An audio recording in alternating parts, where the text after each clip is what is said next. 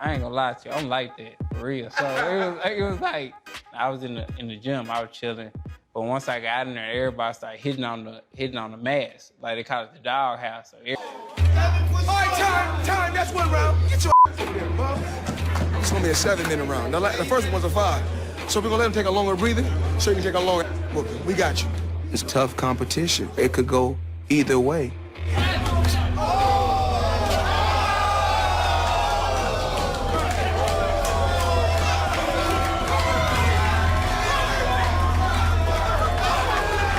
It's about pushing these fighters to the limit.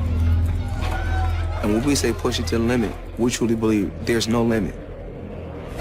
It's called the doghouse. Everybody hitting on the mask. So that just triggered like something in my head, like just a competitive instinct in my head. It was like, oh, it's on now. We went like 5, 7 minutes, 1 round, things like that. We going at it. So I get out the ring. He look out the ring, he say, you all right for You mother. Okay. All right. and I ain't heard him at first. I say, what? He say, you all right for I say, man, I say, what? I say, man, you gotta be messed up.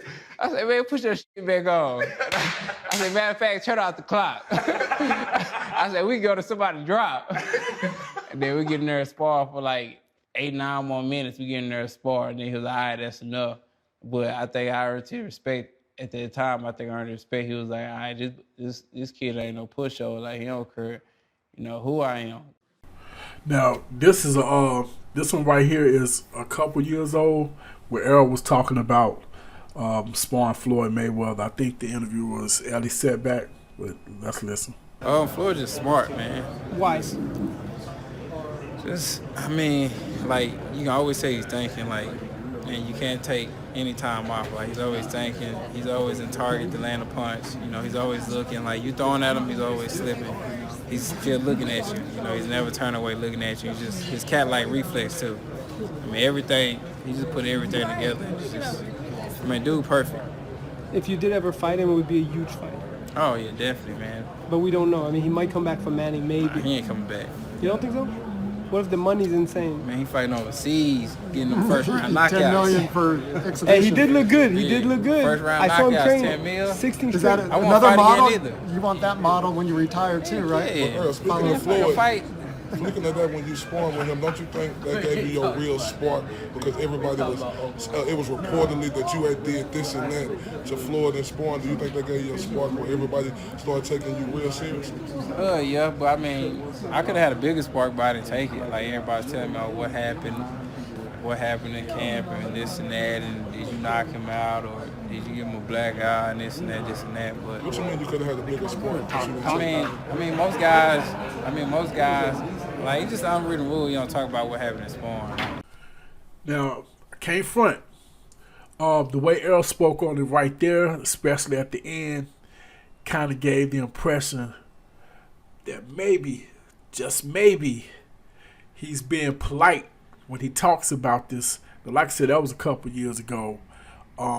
He was definitely more in depth with the first interview. But like I said, when he spoke on it that time, he kind of gave the impression that, yeah, I learned some stuff from him, and he this, he that. He gave Floyd his accolades, but kind of felt like, yeah, but at the same time, I could have, if I tell the real story, exactly what happened, I can embarrass him and, and could have made my name even bigger at the time. Because remember, this was early in his career, I think like 2-0, 3-0, something like that. So he could have really got a big spark off of that. All right, now we're going to listen to an interview done by Fight Hype with HASIM Rahman Jr., son of HASIM the Rock Rahman, two-time former heavyweight champion. Now, if you remember the clip that we saw earlier with Floyd talking about the doghouse, that particular day, or on that episode of Showtime 24/7, I think that's what it's called, Floyd Mayweather had this guy from London come over, and he was trying to fight former middleweight champ Ishai Smith, and HASIM Rahman's son, his other son, got beat up by him. His younger son got beat up by the guy. So HASIM Rahman Jr. and his mom came in to get a little get back against the guy from London. Now, this is how insane the doghouse can be. This is like at its craziest. Now, first off, you got a house full of guys or boxers and people, you know, that are affiliated with boxing and boxers, trainers, etc., etc. You got people gambling. You got the two guys, the two combatants who getting up in there. You got Floyd Mayweather up in there. But here's the craziest part. These guys, they didn't fight 3-minute rounds. They didn't fight 5-minute rounds. They didn't fight a 7-minute round. They fought until somebody dropped. You saw the phone 13 minutes, but no, it didn't stop there. These guys fought for 31 minutes. I'm going to say it again. They fought for 31 minutes. HASIM Rahman Jr. pulled it out, but only after they fought. I'm going to say it one more time. For 31 minutes. That's how insane the doghouse can be when it's a grudge that needed to be settled. But anyway, so we know he definitely know what he's talking about when it comes to the doghouse. He's definitely been up in there. He's frequently there. So let's see what he had to about Errol Spence versus Floyd Mayweather when they sparred. I did see him box Floyd though, and I was there when they first sparred. Can you tell us how that went? I mean, y'all see where Earl at right now? He world champion. I mean, he did his thing. So it wouldn't have been. It would have been. If it was the other way around, it wouldn't have been no story. Mm-hmm. You know, it would have been like everybody else. But when it's somebody who has been to that level and done that, then you know everything that happened in the gym stay in the gym. But you can read between the lines. Mm-hmm.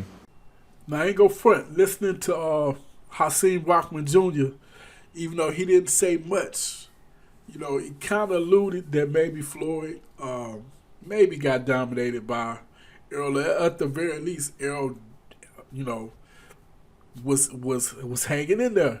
You know, like you said, if it would have been somebody else, it wouldn't be that big of a story. But we are talking about Floyd Mayweather, so at the very least, we know it was some give and take.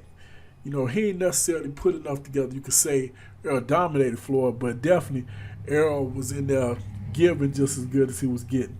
But let's move on. This is Jeff Mayweather. For those who don't know who Jeff Mayweather is, he's kind of like the Ringo Starr of the Mayweather clan.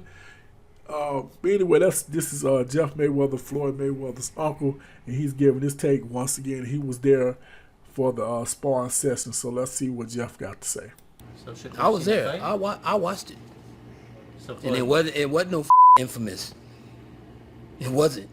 I was there. I watched the sparring. What it was is that Earl was just young, and being that Earl was young, and this is what everybody turned it into such a big deal because Earl said, "Let's go another round." That's it. It wasn't like Earl did nothing special. Floyd already sparred two people before him. So, but doesn't that basically show if he didn't want to go another round, he knew that he was... I mean, he just tired of sparring. It was time for him to get out the ring. Not that he didn't want to get shown up by a younger up-and-coming fighter? Don't matter.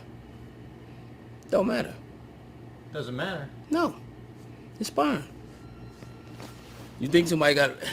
If you're not getting paid to spar, what difference does it make if you decide... I'm going to walk out the ring now. But don't you think that Floyd learned from that sparring session that's not a guy he wanted to get in a real fight with? No, I don't think so. You don't think so? No. You think he has like the potential to ruin his undefeated record, right? Oh, sorry. Yeah. Say it again. I understand. Trying to think of a reason. I understand. No, I ain't thinking of. I already know. Yeah. So that Errol Spence, you would agree was probably better than Floyd at that time? Nah. I wouldn't say that. Well, not that you're not biased or anything. No, I'm not biased either. All right, so who? I mean, Earl at that time had just came out the Olympics. How gonna be Floyd? Well, what do you remember about that sparring? It was basically some good sparring. I mean, it wasn't like nobody dominated each other. It was just good sparring, and Earl was young, and being that Earl was young, because usually when Floyd dominates, when he spar with everyone, he dominates them, and when he dominates them, you know, it basically that's it, you know. But Earl, basically, even though it was give and take sparring, Earl said, "Let's go one more round," and Floyd said no, and so it turned into a big story that really didn't mean anything. Now I think this one was real interesting. Even though Jeff Mayweather, he did say, well, he basically said it was give and take. Nobody dominated anybody. But see, that's still going to show. That's going to make people are going to favor Errol when you say that, because Errol was only 2 fights in, and Floyd, you know, basically had already cemented his legacy with at that point in time in his career. So that kind of speaks volumes on behalf of Errol. But at the same time, like Jeff said, it was sparring, you know, and also Floyd had been sparring with other people, which, by the way, that lead us to our next witness to what happened between Floyd and Errol Spence Jr. Now, this is coming from the mouth of none other than Leonard ELLERBE, right? And he's going to confirm that Floyd did actually spar with other people before he fought Floyd Mayweather, or sparred with Floyd Mayweather. So let's listen to what Leonard ELLERBE, CEO of Mayweather Promotions, has to say about the incident. When I brought Errol in for camp, I mean, we had like 5 killers that Floyd was working with.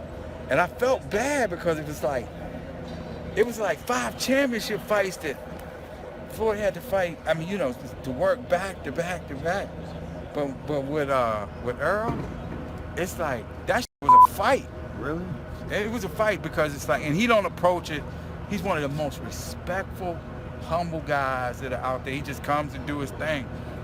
All right, now this one right here, this is still Leonard ELLERBE, but this is later on doing another interview with somebody else asked him. Well, actually, they don't ask him about the Spence thing, but because he's talking about Errol and being familiar with him, he brought up himself, him and Floyd sparring. Given to have a chance to see Errol, I've been to a lot of his fights, but just actually seeing him work in the gym. He worked with Floyd in a training camp 5, 6 years ago. I know what he's capable of bringing to the table. How'd that work? And what Errol brings to the table, you gotta have some to keep him off of you. I watched him and Floyd in camp, and he gets no better than fighting the best guy there, and it's like, you know, he gave Floyd some great work. And there was a lot of rumors about that. He gave Floyd a black eye. No. It's not even about that. And real cats don't discuss, you know, what goes on, you know, like the details in camp. He's a tremendous fighter. He gave Floyd some of the best work that he's had. And it's like, you gotta think when you fight him. But he puts mental pressure on you that it forces you to make a lot of mistakes. It forces you to make a lot of mistakes because he's not gonna go overboard with certain things. He just does every single thing. And it's hard to be the guy with a good jab, with good sound fundamentals. He's in great shape for 12 rounds, and he's looking to punish you. All right, now this one right here we're going to listen to, and by the way, this will be the last one, is Floyd Mayweather's account of what happened with him and Errol Spence sparring. Now, ironically enough, I think this was like 2015, right after Sean Porter had beat Adrian Broner. Floyd and Errol was together, and they did an interview outside about Errol Spence Jr. possibly getting a title shot. And back then, Floyd really pushed for Errol to get a title shot against Keith Thurman, even going far as to say stuff like, you know, if Keith fight Errol Spence and beat him, then I'll fight him. So he really was pushing for Errol around that 2014, 2015 time frame to get in the ring with one of the champions. But anyway, he brought up the sparring session himself. But let's see what Floyd had to say about it. I know that the champ believes in you, but this has to put you right on the radar screen now. Yeah, I'm definitely on the radar. I think I'm ready to fight Keith Thurman, Sean Porter. Floyd, he'll relinquish his titles, and we'll fight in September if they're ready to step up. I'm ready to relinquish the belts, you know. I think, I said, you know, before I said I was going to relinquish the belts, but I'm yet to receive my WBO belt. But let Leonard step in, you know. Let Leonard talk about, you know, Errol Spence will look, I mean, I think two good matchups for him will be either Sean Porter in September or Keith Thurman. We haven't relinquished the belts yet, but once these guys say, you know what, we take the fight, we want the fight, with Errol Spence, then guess what, we're going to make it happen. Errol Spence is a terrific fighter. I've said this time and time again. You know, like I said, he's that next wave. He's leading the pack, and he's going to be around for a long, long time. What is it about him that really captures your imagination? Yeah, I told you, the guy was pushing me. He was giving me that good work. I said, no, this is what I need. This kind of work I need. A young guy that's going to push me. You know, at first I came in, kind of caught me off guard. I said, okay, I see him. So he made me, in training camp, he made me tighten my game up, made me want to work hard, and that's what I need from young fighters. When they come to my training camp, I need them to push me, to give me that extra when I'm in training camp. Now, as you heard, Floyd gave Errol all the props in the world, how he pushed him in gym. He even said he caught him off guard a little bit, but he said he pushed him real hard and gave him really good work. I mean, if you think about it, that's kind of what they all said. Matter of fact, I'm going to play one more, just to let you hear what Errol Spence said back in the day. It's difficult. I mean, Floyd's like a cat, man. He's like a puzzle, man. You know, it's hard to figure out. He can switch gears. He can switch styles up. He knows how to adapt. Very smart. Always staying composed. So, you know, it's a lot of things that weigh in when you spar him and, you know, trying to figure him out. Do you talk when you spar? If the other person's talking or we have a good sparring, I might talk. And we might what did Floyd tell you? What did you tell Floyd? We were saying a whole bunch of stuff, man. Like, give me one example, but give me a peek. Man, we was cursing. We was saying a whole bunch of stuff, man. We was getting into it. I seen him sparring. He likes to talk a lot. He likes to talk to you guys, like get in your head and all that, right? Yeah. You can't touch me. Yeah, you can't touch me. You know, saying other type of words. You know, just that was good sparring. Well, there you have it. We got to hear several statements by Errol Spence himself about sparring Floyd Mayweather. We got to hear Floyd Mayweather speak on it. We even got to hear Jeff Mayweather, Leonard, ELLERBE, and HASIM RAHMAN Jr. speak on it. I think that was everybody. And it's others out there floating around. You know, if you heard some, you know, hit me up in the comment section and, you know, we can talk about it. Matter of fact, hit me up in the comment section and let me know how do you think it actually played out. Do you think Errol Spence gave Floyd Mayweather that work, or do you think it was tit for tat, or give just as much as you get, as Errol and some of the other people that spoke on it happen to say? But that's pretty much all I got this head busting boxes on. Fight Doctor, hit that like button, hit that share button, hit that subscribe button, hit me up in the comment section. As I just said, let me know what you think happened. And that's pretty much all I got this head busting boxes on. Fight Doctor, I am out.